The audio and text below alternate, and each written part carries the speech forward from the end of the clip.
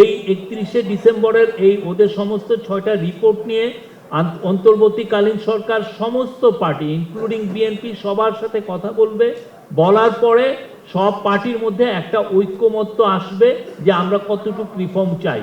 ওই রিফর্মটা করার পরেই আপনার ইলেকশন ডেট পাবেন। আমি জানি অনেকে হতাশ, যাদের হাতে রক্ত ছিল, যারা প্রকাশ্যে ভায়োলেন্স ইনস্টিগেট করেছে, তারা অনেকে পালিয়ে আছে, অনেকে আবার অনেক বড় বড় স্টেটমেন্টও দিচ্ছে। আমরা, আপনি কেন, আমারও হতাশ।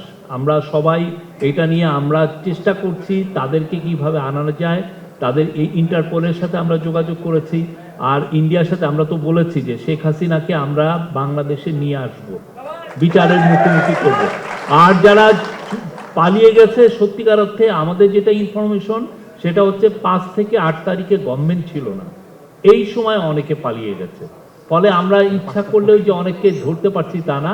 আর ব্যুরোক্রেসিতে আপনি জানেন, কালকে পরশুদিন প্রফেসর ইউনূস জাতির উদ্দেশ্যে একটা ভাষণ দিয়েছেন, ওইখানে কিন্তু আমরা লিপিবদ্ধ হয়েছে কতজনকে এই পর্যন্ত সরানো হয়েছে, কতজনকে ট্রান্সফার করানো হয়েছে, তার একটা পুরো লোক প্রায় 20,000 জন। এদের মধ্যে কোনো অনুশোচনা নাই, এদের মধ্যে কোনো রিগ্রেট নাই, এদের মধ্যে একটা সরি বলার কোনো ইয়ে নাই, বরঞ্চ ওরা একটা বড় একটা গল্প নিয়ে আসছে কি 3000 পুলিশ মারা গেছে, তাই আমরা এই লোকদেরকে জাস্টিফাই করছি।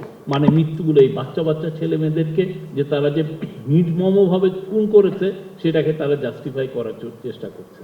তো আমরা বলি যে আগে এটা বিচার হবে, এই জায়গায় কোনো ধরনের কোনো রকমের কোনো ইয়ে হবে না, এদের বিচার হবে।